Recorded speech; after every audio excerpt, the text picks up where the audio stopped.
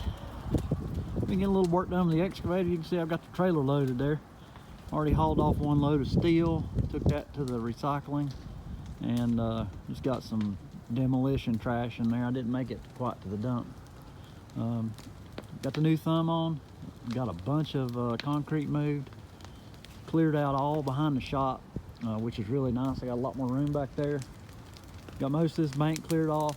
Been burning all day, got me a big fire going. There's the thumb.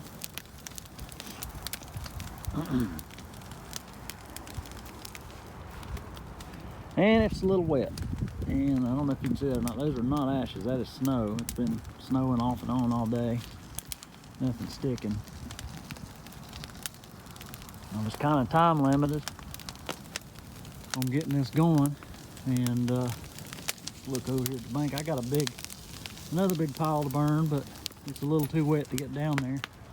Got a couple more trees to take down. I'm gonna cut a road in. I already got it started a little bit. You might be able to see it down there, but all of that, a big brush pile down there at the bottom. I'm gonna clean off this bank, terrace it, and just got a lot of wood yet to get rid of. I'm gonna come up here next to the fire where it's warm. Give you some close-ups on the thumb. Worked out real well. No leaks. The hoses are really tight into the machine. I haven't knocked one off yet, which is surprising, given this is kind of a forestry application.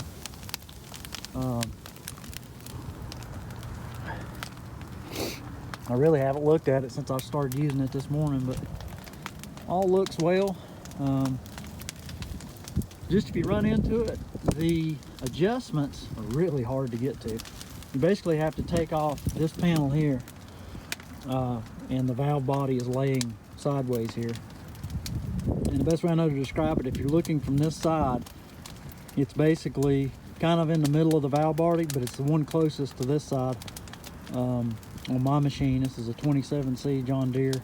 That's the auxiliary circuit that you want to adjust the relief valve. And I set my return to about 1300 PSI, and the thumb is about 1700 PSI. And the way I ended up doing that, I was going to get kind of a quick connect adapter here made where I could just plug in the gauge, but what I ended up doing is just breaking it. Right here was the easiest place, and screwing onto this hose. And you just do it like a deadhead check with a gauge and get your pressure set. All in all, this thing is going. I am really close on this blade. I need to replace the cutting edge. It's right at the bottom of the blade on this side. It's not wearing even. I don't know if the blade's kind of torqued or what, but it looks level from the front. Anyway, I'm going to try to get that replaced here in the next month or so. Right now it's not a big deal. I'm mainly in just a little bit of clay, but when I start to getting in this gravel, it's a little more abrasive and could wear that out real quick. I'm just going to buy an edge, probably off of Amazon or eBay. It looks like they have that width. That's a standard width. You may have to cut an inch or two off of it. Man, it's really cold out here. It's about 30. It keeps bouncing between 30 and 28. I think the highest I saw it get today was about 33, and that was really early this morning. Feels nice by this big fire. Just kind of give you an idea. I loaded that trailer. There was a debris pile in the back that's just pretty much, goes over the top of that trailer by a little bit. 15 minutes with this thumb, and they're small and big pieces. A lot of it's just pipe and demolition stuff. A little bit of wood with nails in it.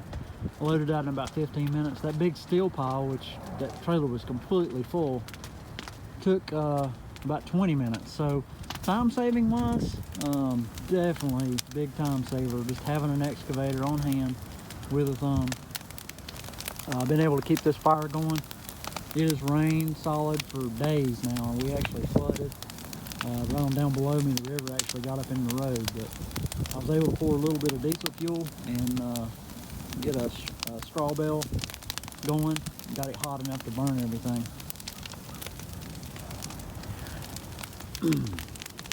But anyway, it's a really quick time saver.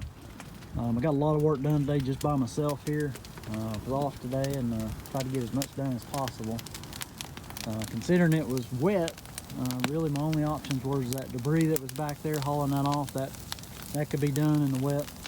One thing I'll say about excavators, they do not do well in mud, and I'm going to have a heck of a cleaning job cleaning these tracks out. But it got the job done, and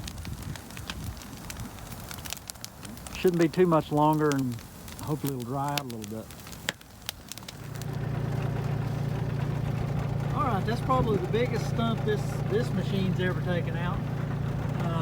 If you look right down here, that whole tree system there grew up through a rock. I don't know how much that weighs. I'm going to try to get it pitched over the bank here where I can get it, hopefully over the burn pile. I'll try to burn the tree out of the rock. Being a Mini, that's a huge stump. See if we can get it to move here. As you can see, that's a significant piece of debris for this machine to move. Anyway, I just want to get some footage of probably the biggest stump this machine will see.